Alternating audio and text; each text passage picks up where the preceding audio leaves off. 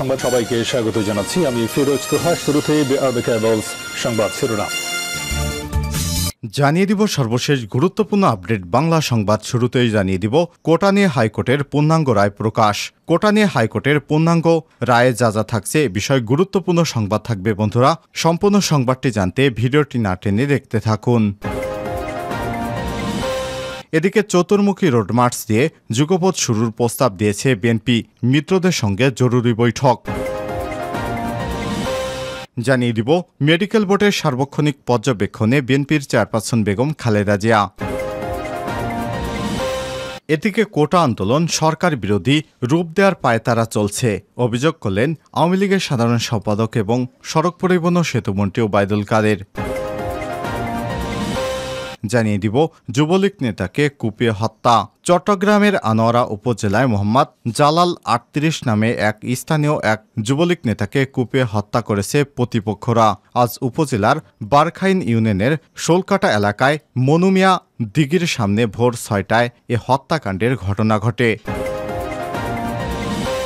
এবং সর্বশেষ জানিয়ে দিব ভোজ্য তেলে ভেজাল সামাজিক যোগাযোগ মাধ্যমে তোলপাড়। ভোজ্য তেলে ভেজাল দিয়ে উত্তাল হয়ে পড়েছে সামাজিক যোগাযোগ মাধ্যম। দূষণমুক্ত না করেই ট্যাঙ্কারে ভোজ্য তেল পরিবহনের অভিযোগ উঠেছে চীনের বিরুদ্ধে। এই ঘটনায় সামাজিক যোগাযোগ মাধ্যম ইউপোতে ব্যাপকভাবে আলোচনা সৃষ্টি হয়েছে। আজ বিবিসির এক প্রতিবেদনে সব তথ্য জানানো হয়েছে। প্রতিবেদনে বলা হয়, দূষণমুক্ত না করেই জ্বালানি তেল পরিবহনকারী ট্যাঙ্কার ভোজ্য তেল পরিবহন করায় চীনে ব্যাপক সমালোচনার সৃষ্টি হয়েছে। সামাজিক যোগাযোগ মাধ্যম ইউপোতে লাখ লাখ নেটিজেন সরকারের সমালোচনা করে নিজেদের মতামত ব্যক্ত করেছেন। প্রিয় দর্শক, এতক্ষণ শুনছিলেন সংবাদ শিরোনাম, এবারে বিস্তারিত।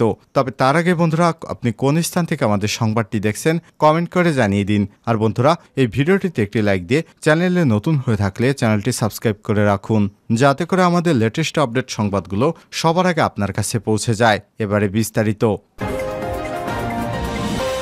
কোটা নিয়ে হাইকোর্টের পূর্ণাঙ্গ রায়ে যা আছে।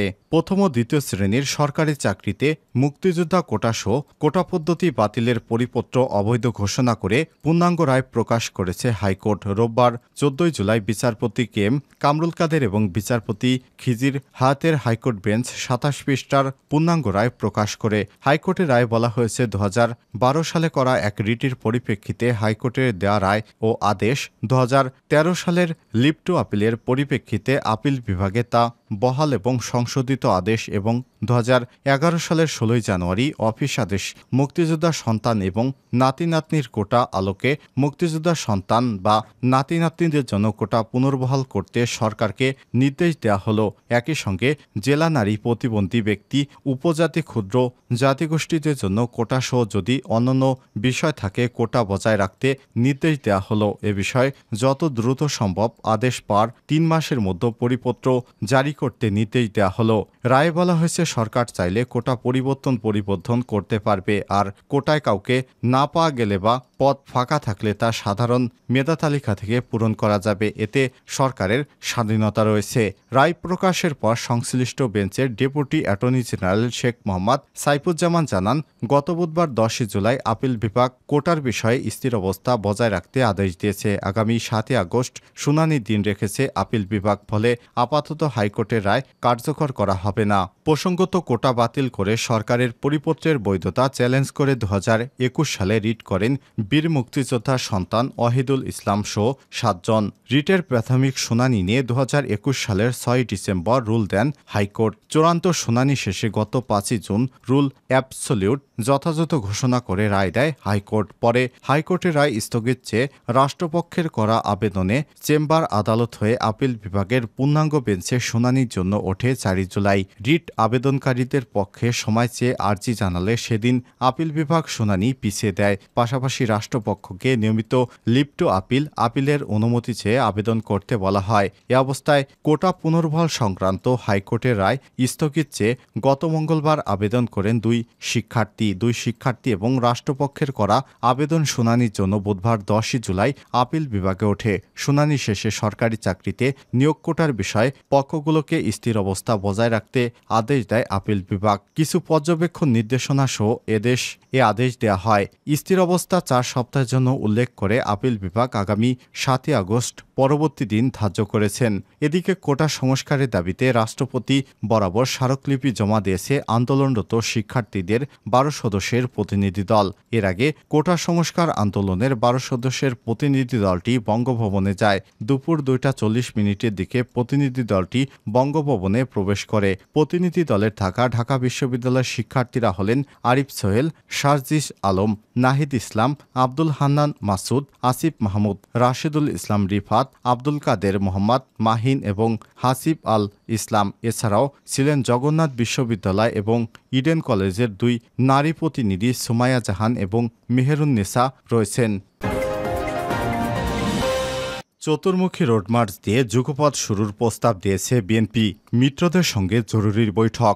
দ্বাদশ সংসদ নির্বাচনের পর 6 মাসের বেশি অতিবাহিত হলেও এখন পর্যন্ত মাঠে গড়ায়নি যুগপথ আন্দোলন। তবে এ নিয়ে আর সময়ক্ষেপণ করতে চায় না বিএনপি এবং এর মিত্র দল ও জোট। শীঘ্রই যুগপথ কর্মসূচি দিয়ে রাজপথে নামার আগ্রহ তাদের। খালেদা জিয়ার নিঃশর্ত মুক্তি সহ 4 ইস্যুতে নানা ধরনের কর্মসূচি ও প্রস্তাব দিয়েছে সব দল। সমাবেশ এবং বিক্ষোভ মিছিলের মতো প্রচলিত আন্দোলনের পাশাপাশি ঢাকা থেকে দেশের 4 প্রান্ত অভিমুখে রোডমার্চ কর্মসূচি দেওয়ার প্রস্তাব রয়েছে তাদের। তবে রাজপথে নামার আগেই আন্দোলন পরিচালনা এবং কর্মসূচি প্রণয়নের লক্ষ্যে শক্তিশালী লিয়াজো কমিটি গঠনের জন্য মিত্রদের পক্ষ থেকে বিএনপিকে তাগিদ দেওয়া হয়েছে। যুগপথ আন্দোলনের প্রস্তুতি হিসেবে গত বুধবার থেকেই এই প্রক্রিয়ায় যুক্ত বিভিন্ন দল এবং জোট নেতাদের সঙ্গে পৃথক বৈঠক করেছে বিএনপি।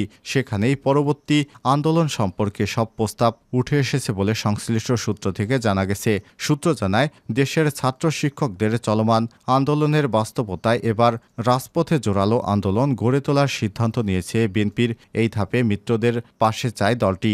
সার্বিক পরিস্থিতি বিবেচনায় চলতি মাসের শেষ সপ্তাহে রোডমার্চের কর্মসূচি দিয়ে যুগপথ আন্দোলন মাঠে গড়াতে পারে। সেই আন্দোলনের কর্মকৌশল নির্ধারণে ইতিমধ্যে Ganatantrik Bam Oikya NDM, Gonoforum Bangladesh people's party PPP, labour party, জাতীয়তাবাদী সমমনা জোট এলডিপি এবং গণ অধিকার পরিষদ নুরুল হক নূরের সঙ্গে পৃথক বৈঠক করেছে বিএনপি। বিএনপির জাতীয় স্থায়ী কমিটির সদস্য এবং যুগপথের লিয়াজো কমিটির সদস্য নজরুল ইসলাম খান বলেছেন, দেশ এবং দেশের মানুষ পরিবর্তনের জন্য প্রতীক্ষা করছে। এই পরিবর্তনের জন্য খুব শীঘ্রই কর্মসূচি আসছে। দেশটাকে রক্ষা করার জন্য আমাদের ঐক্যবদ্ধভাবে লড়াইটা চালিয়ে যেতে হবে। সবাই মিলে আমরা দেশটাকে মুক্ত করার চেষ্টা করব। এই ফ্যাসিবাদ শেখ হাসিনা সরকারের পদত্যাগ না হওয়া পর্যন্ত আমরা রাজপথ ছাড়ব না ইনশাল্লাহ। মেডিকেল বোর্ডের সার্বক্ষণিক পর্যবেক্ষণে খালেদা জিয়া। বিএনপি চেয়ারপারসন বেগম খালেদা জিয়া রাজধানীর এভারকেয়ার হাসপাতালে চিকিৎসাধীন। সাবেক প্রধানমন্ত্রী খালেদা জিয়া এখন সিসিইউতে সংবলিত কেবিনে চিকিৎসকদের সার্বক্ষণিক তত্ত্বাবধান এবং পর্যবেক্ষণে চিকিৎসাধীন। বর্তমানে তার শারীরিক অবস্থা অপরিবর্তিত রয়েছে। খালেদা জিয়ার চিকিৎসায় গঠিত মেডিকেল বোর্ডের সদস্য অধ্যাপক ডক্টর এজেডএম জাহিদ হোসেন রোববার 14 জুলাই বিকেলে কালবেলাকে সব তথ্য জানান। তিনি জানান, মেডিকেল বোর্ডের সার্বক্ষণিক তত্ত্বাবধানে ম্যাডাম খালেদা জিয়ার চিকিৎসা চলছে। মেডিকেল বোর্ড বিদেশি চিকিৎসকদের সঙ্গে পরামর্শ করে বিভিন্ন পরীক্ষা নিরীক্ষা করছেন এবং শেষে নারীর নেত্রীর শারীরিক অবস্থা উন্নতি অবনতি সব পর্যালোচনা করেই চিকিৎসা দিচ্ছেন। তার স্বাস্থ্যের বিভিন্ন পরীক্ষা চলছে। মেডিকেল বোর্ডের সদস্যরা এখন দিনে 2 দফা বৈঠক করে খালেদা জিয়ার চিকিৎসার পর্যালোচনা করছেন। কোটা আন্দোলন সরকার বিরোধী রূপ দেওয়ার পায়তারা চলছে কাদের? কোটা আন্দোলনকে সরকার বিরোধী আন্দোলনে রূপ দেওয়ার পায়তারা চলছে উল্লেখ করে আওয়ামী লীগের সাধারণ সম্পাদক এবং সড়ক পরিবহন ও সেতুমন্ত্রী ওবায়দুল কাদের বলেছেন, শিক্ষার্থীদের কোটা আন্দোলন নিয়ে বিএনপি সহ একটি চিহ্নিত মহল ষড়যন্ত্র করার চেষ্টা করছে। আজ এক বিবৃতিতে ওবায়দুল কাদের এসব কথা বলেন। কাদের বলেন, কোটা বিরোধী আন্দোলন একটি অরাজনৈতিক আন্দোলন। এরপর বিএনপি এবং তার দোসরেরা এই আন্দোলনকে সরকার বিরোধী আন্দোলনে রূপ দেওয়ার চেষ্টা চালাচ্ছে। কাদের বলেন, বিএনপি এবং তার দোসরেরা সব আন্দোলনে ব্যর্থ হয়েছে। এখন তারা শিক্ষার্থীদের এই কোটা বিরোধী আন্দোলনের উপর ভর করে সরকারকে পরাজিত করতে চায়। তারা এটাকে রাজনৈতিক হাতিয়ার হিসেবে ব্যবহারের অপচেষ্টা করছে। এ সময় তিনি বলেন, শিক্ষার্থীদের ধৈর্য ধারণের জন্য আহ্বান জানাচ্ছি। যেহেতু কোটার বিষয়টি আদালতে বিচারাধীন, এখানে সরকারের কিছু করার নেই। তাই কারো উস্কানিতে পড়ে সরকার বিরোধী বক্তব্য না দিয়ে জনদুর্ভোগ সৃষ্টি হয় এমন কোনো কর্মসূচি পরিহার করে শিক্ষা প্রতিষ্ঠানে ফিরে যাওয়ার আহ্বান জানাচ্ছি ছাত্রদেরকে।